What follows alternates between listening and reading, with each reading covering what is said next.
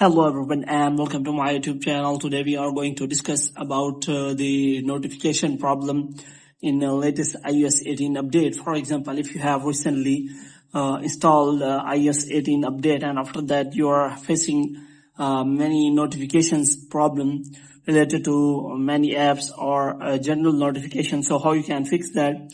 For this, what you have to do, you have to simply watch this video completely. So without wasting any time, let's start the video. So first of all, what you have to do, you have to simply make sure that you are connected to a proper Wi-Fi internet connection. For this, what you have to do, you have to simply turn on the Wi-Fi and you have to connect it to your Wi-Fi connection. And after connecting to your Wi-Fi connection, what you have to do next is you have to simply go to settings, and after that you have to simply go to general, and after that you have to scroll it down until you find the option of transfer or reset iPhone. So here you have to simply click on reset, and after that you have to simply reset all of your network setting. And after resetting all of your network setting, what you have to do, you have to simply go back, and after that this time what you have to do, you have to simply check for the notification settings here. And here you have to simply make sure that you have not turned on this scheduled summary toggle, which means if you have turned this on, then you will not get any kind of notification during a certain time interval.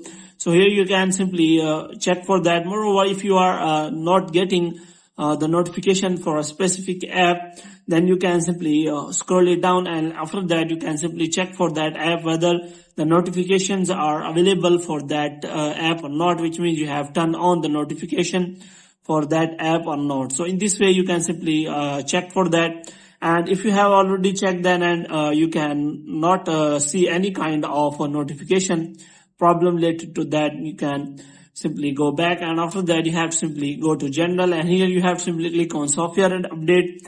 And here you have to simply make sure that you have installed the latest iOS 18 update. And if you have already done that, then you have to wait for some another update so that this kind of error can be solved by the latest iOS 18 update. So hope you have liked this video. If you get more videos like these, you can subscribe our channel.